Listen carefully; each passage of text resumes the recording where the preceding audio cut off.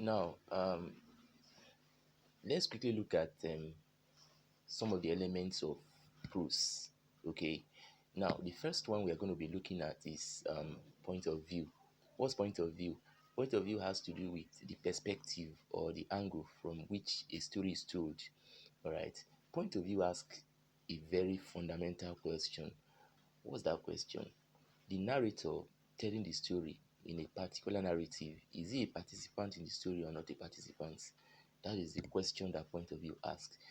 If the participant if the narrator is a participant, then the point of view that emerges is called first person point of view, otherwise called the eyewitness or autobiographical mode of narration. How would you know that the point of view used is first person?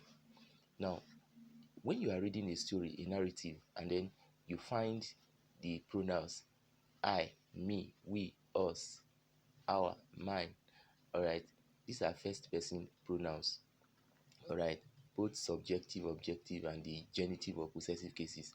So when you have these pronouns in a particular narrative, that will tell you that the person telling the story is a participant. A good example is Wuthering Heights by Emily Blunt, where Nelly Dean is, of course, a narrator in the story, and of course, Lockwood.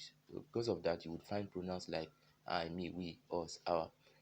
Another one is Invisible Man by Raphael Listen. If I say, let me take this quotation from The Last Duty by Sidore Okwehu. I did not want to spend the night at Edo. I only came into the town with a lorry that was to transport the yams for the federal forces at Urukwe, and I wanted to go back with it. All right. So that shows that the person telling the story is, of course, a participant in the story. Now, let's look at what they call the third person point of view. Now, this shows degree of detachment. It doesn't show degree of involvement as we have in the first person. The degree of the narrator's detachment from the story told is the third person point of view. All right. Then, in this case, the person telling the story is not a participant. Third person pronouns are, of course, used, which include he, she, they, her, they, them, her, his. Okay, so these are the pronouns you are expected to find in third person point of view. Let me take this quotation from Things Fall Apart, 1958 publication by Chinua Achebe. Unoka, for that was his father's name, had died 10 years ago. He was improvident and incapable of thinking about tomorrow.